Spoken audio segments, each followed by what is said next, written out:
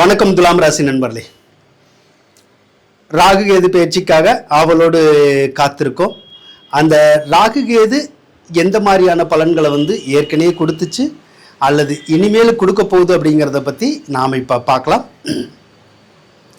ராகு கேதுக்கள் பிற கிரகங்களை காட்டிலும் எப்பயுமே வலிமை அதிகம் வாய்ந்த கிரகங்களாக, அப்போ வலிமை அந்த கிரகங்களுக்கு அதிகமாக இருக்கிற போது அது ஒரு விஷயத்தை, நல்ல விஷயத்தை கொடுத்தாலும் ரொம்ப நல்லா கொடுக்கும், கெட்ட விஷயத்தை கொடுத்தாலும் ரொம்ப அதிகபட்சமாக கெடுபலனை கொடுத்துரும். அதனால ராகு கேது பயிற்சியில் எப்பயுமே நாம் கொஞ்சம் கவனமாக இருக்கணும். சனி பயிற்சியை காட்டிலும் குரு பயிற்சியை காட்டிலும் அதிக வலிமை உள்ளது அந்த ராகு கேது பயிற்சி. இப்போ இதில் உள்ள நல்ல பலனையும் நம்ம தெரிஞ்சுக்கணும், கெட்ட பலனையும் தெரிஞ்சுக்கணும். அப்படின்னா தான் நமக்கு ஒரு ஐடியா கிடைக்கும், நாம் எப்படி போகலாம் வாழ்க்கையில், எப்படி போனால் நமக்கு சில கெடுபலன்கள் எல்லாம் நமக்கு வராது அப்படிங்கிறத அது நமக்கு நல்லா சொல்லித்தரும். நாம் இப்போ பார்ப்போம். ராகு பகவான் இவ்வளவு நாள் உங்களுக்கு 6வது ராசியில் தான் இருந்தார். பொதுவாக 6வது ராசியில் ராகு பகவான் இருக்கிறது நல்லதுன்னு சொன்னாலும் சில நேரத்தில் ராகு பகவான் 6ல் இருக்கிற போது நோய், கடன், பகை அப்படின்னு கொடுத்துட்றாரு. நோயின்னா தெரியும் உங்களுக்கோ உங்கள் வீட்டில் இருக்கவங்களுக்கோ யாருக்காவது ஒரு நோய் நொடி வந்திருந்திருக்கும். ஒன்று தோல் அலர்ஜி, இல்லைன்னா நரம்பு சம்மந்தப்பட்ட கோளாறு, ஒரு சிலருக்கு கழுத்து வலி, முதுகு வலி, கால் வலி, அந்த மாதிரி ஏதாவது வந்திருந்திருக்கும். ஒரு சிலருக்கு அந்த மஞ்சக்காமால கல்லீரல் தொடர்பானது அல்லது இதயம் தொடர்பான பிரச்சனைகள் கூட வந்திருந்திருக்கும். ஏன்னா அந்த கிரகம் அந்த நோய்களை உருவாக்குங்கிறனால அந்த வேலை பார்த்துருக்கும். அதே மாதிரி 6ல் இருக்க அந்த கிரகம் கடனையுமே உருவாக்கும். ஏதாவது ஒரு விஷயத்தில் நம்மளை கடன்காரனாக்கிடும், கடனை கட்ட விடாமல் செஞ்சிடும். ஒரு சில பழைய கடன்களை கூட நமக்கு அடைச்சி விடும், ஆனால் புதிய கடன்களை உருவாக்கி விட்டுரும். அதே மாதிரி பகை அப்படிங்கிறதே அப்படிதான். ஏதாவது ஒரு வகையில் பகையை ஏற்படுத்துகிற வேலையையும் அது செய்யும். அதே மாதிரி 6வது இடத்துல ராகு இருந்தாலே சிலருக்கு அந்த கணவன் மனைவி உறவில் கருத்து வேறுபாடு, ஏதாவது ஒரு வகையில் சண்டை சச்சரவு மாதிரி அந்த மாதிரிலாம் இழுத்து விடுறதுக்கான சந்தர்ப்பம் இருக்கும். ஆக ராகுனால நிறைய நன்மைகள் நடக்கிறதுக்கு பதிலாக அதிகமான தீமைகள் நடந்ததா தான் நம்ம எடுத்துக்க முடியும். சரி, இப்போ இனிமேல் நோய், கடன், பகை இருக்குமா அப்படின்னா இப்போ ராகு கேது பயிற்சிக்கு அப்புறம் இருக்காது. இந்த 2025 ஏப்ரல் மாதம் 26ஆம் தேதி ராகு கேது பயிற்சி வருது. உங்களுடைய ராசியிலிருந்து 6வது ராசியிலிருந்து 5வது ராசிக்கு ராகுவும், கேது பகவான் 11வது ராசிக்கு போகுது. அப்போ ராகுனால இனிமேல் தான் நல்ல பலனே நடக்கும். அதாவது நல்ல பலன் அப்படின்னா கடன் தீரும், பொருளாதார பிரச்சனை தீரும், நமக்கு ஏதாவது ஒரு வகையில் வருமானம் வர ஆரம்பிக்கும். வேலை இல்லாதவங்களுக்கு வேலை கிடைச்சிரும், வேலையில் இருக்கிறவங்களுக்கு பதவி உயர்வு, சம்பள உயர்வுங்கிற மாதிரி முன்னேற்றங்களை உருவாக்கி தந்துடும். தொழில் செய்கிறவங்களுக்கும் அப்படிதான். ஏதாவது ஒரு வகையில் தொழிலில் நல்ல முன்னேற்றத்தை கொடுக்கறதுக்கான சந்தர்ப்பத்தை அந்த ராகு பார்க்கும். அதனால பொருளாதார சீரடையும். கடன் காட்சி தொந்தரவுகள், பேங்க் லோனு, பிற லோனு, ஜுவல் லோனு, இதெல்லாம் நமக்கு தீர்க்கக்கூடிய ஒரு யோகம் இந்த ராகு பயிற்சியிலேயே உங்களுக்கு கிடைக்கும். அதனால பகை அப்படிங்கிறதையும் காலி பண்ணிடும். யார் கூட சண்டை சச்சரவு, பகை இருந்துச்சுன்னா அதெல்லாம் விலகிடும். அதே மாதிரி உங்கள் வீட்டில் உங்களுக்கோ பிறருக்கோ நோயை உருவாக்குற கிரகம் தானே. அப்போ நோய் இருந்தால் கூட அந்த நோயை சரி பண்ணிடும். அதனால நோய், கடன், பகை விலகும். ராகு 5வது ராசிக்கு வந்தாலும் முழுக்க முழுக்க நன்மை செய்யுமான்னா முழுக்க முழுக்க எந்த கிரகமுமே நன்மை செய்யாதுங்க. ஏதாவது ஒரு வகையில் சில கிரகங்கள் நன்மையும் செய்யும், சில கிரகங்கள் தீமையும் செய்யும், ரெண்டு கலந்து தான் செய்யும்.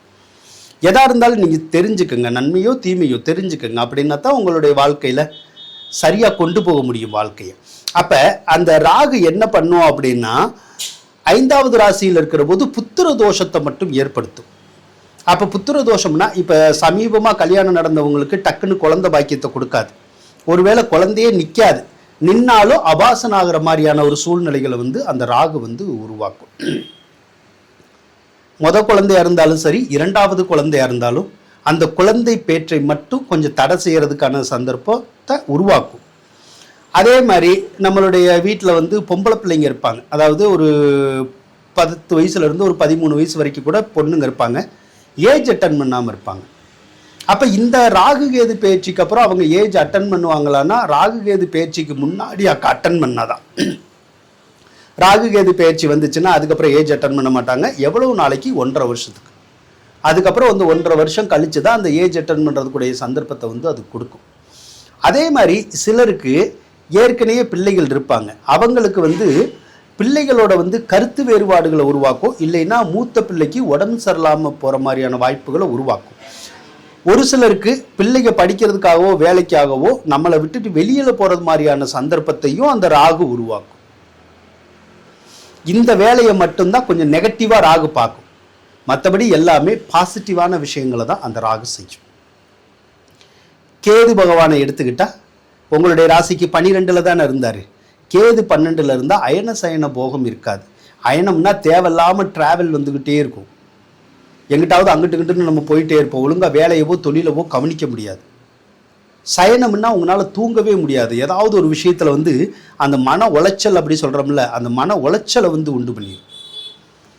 அப்போ மன உளைச்சல் வர்ற போது சரியாக தூங்க முடியாது. ஒரு மாதிரி நிம்மதி இருக்கிற மாதிரி தெரியாது. அந்த வேலையை கேது தான் செய்யும்.